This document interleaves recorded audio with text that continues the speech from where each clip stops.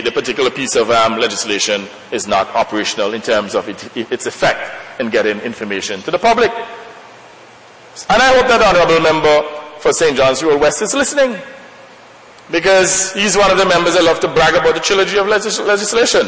You've got to look at its operationalization, whether or not it is working, if people are getting information under that particular regime. And I want to put it to the Honourable Member and his government that the Freedom of Information Act is not working. Now, Madam Speaker, you'll recognize that several attempts to get information from the government was actually dealt with either in a frivolous way or there were no response, which meant, therefore, we had to elevate the situation. And it got to the stage where we decided to protest, because here's a situation in which we got conflicting reports, Madam Speaker, evidencing that, for sure, there's something wrong in terms of the figures, and in addition to that, we were in possession of these letters written by the member for St. Philip South indicating that something was wrong. And clearly, we had already established from the onset that there were some procedural breaches. Now, Madam Speaker, having taken to the streets to get the attention of the government, what did they do? They treated us with scant regard.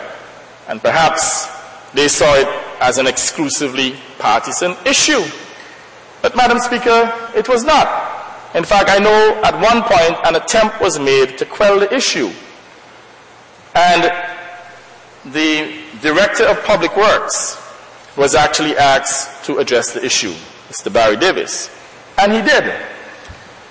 But, Madam Speaker, having listened and having read his report, we recognize that it was a cover-up.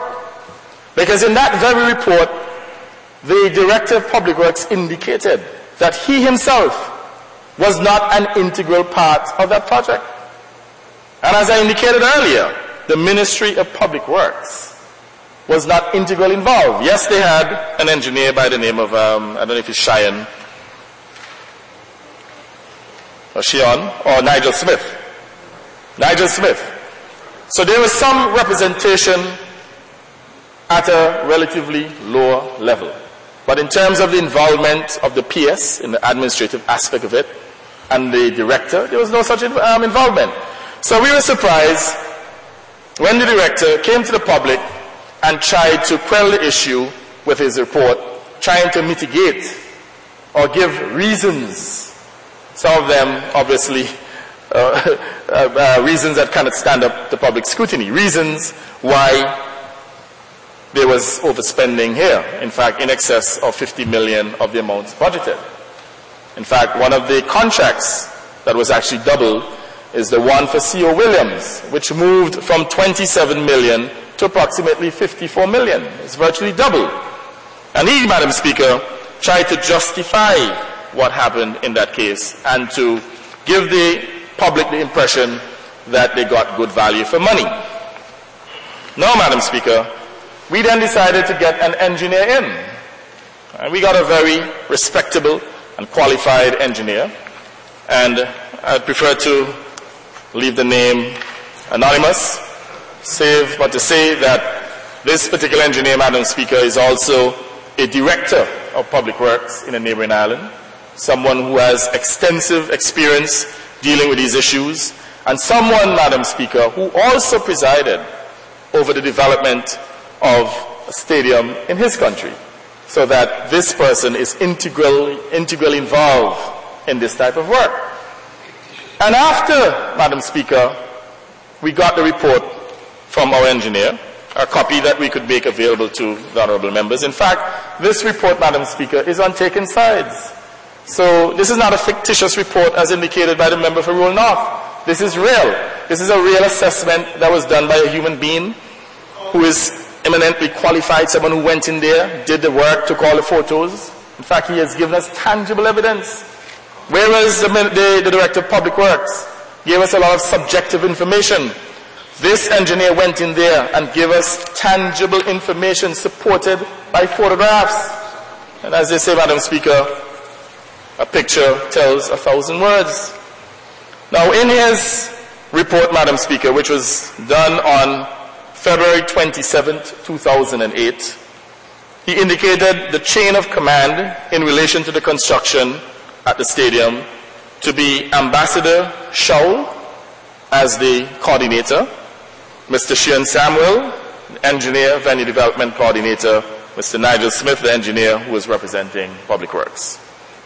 And he says here, Madam Speaker, Ambassador Shaul, while one might not have the direct involvement in contracts, administration, and issue of contracts, which is not necessarily the case, because clearly in the letter, Madam Speaker, he said that he was putting certain proposals to CEO Williams, which indeed was a contract. He says here that the project coordinator, such individual, is fully aware of activities Madam Speaker, on a point of order. And is expected. On a point of order, Madam Speaker. I do not think What's the point of order? Madam Speaker, if the member is going to speak to a specific document, I think the author of the document which is being presented to this Honourable House should be made public, because here is a serious motion we're dealing with, and thorough research must be done into this author to ensure that the credibility which the member has placed in the author exists. And as a member of this House, Madam Speaker, I would love to know who the author of the report is and how soon can we be furnished with a copy of the report. Honourable Member, I'm actually in the process of going through my standing orders to see whether we can allow this report to be quoted from from an anonymous source.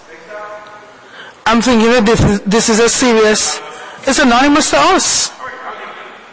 Madam Speaker, I'll give you the name. The name of the engineer who has a master's degree in civil engineering is a gentleman by the name of Calvin Pemberton. Calvin Pemberton. And you will please make copies of that report available. No problem, Madam Speaker. Anyway. Because as it stands now, you realize this is just somebody's opinion. Madam Speaker, I am giving you the opinion of our engineer. Okay, go ahead. Thank you. So he says here, Madam Speaker, that Ambassador Shaul, as the coordinator, obviously would have been involved in the change of the scope of works, which has financial implications and must be discussed at the meeting which the project coordinator chairs. So, for instance, Nigel Smith, the engineer representing Public Works, had no such authority. So, for those who argue, including Mr. Charles Red Barry Davis, that Ambassador Shaul had no involvement, that is absolute nonsense, Madam Speaker. The reality is, he was integrally involved in the process. I think what they're confusing, Madam Speaker, is that he may not have been involved in the administrative arrangements effecting the contract, but in terms of the decision, Madam Speaker, awarding the contracts and varying the scope of work, he had to have presided over that as the chair, Madam Speaker. I see the Honourable Member for St. John's Rural West is getting animated.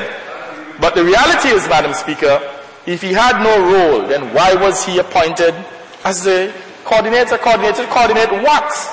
What was his role? And I hope when the member for St. John's Rural West speaks, that you will tell the nation what role did Ambassador David Shaul played in this project, considering that he was appointed the chairman of the intergovernmental group that presided over these works. So was he just a figurehead?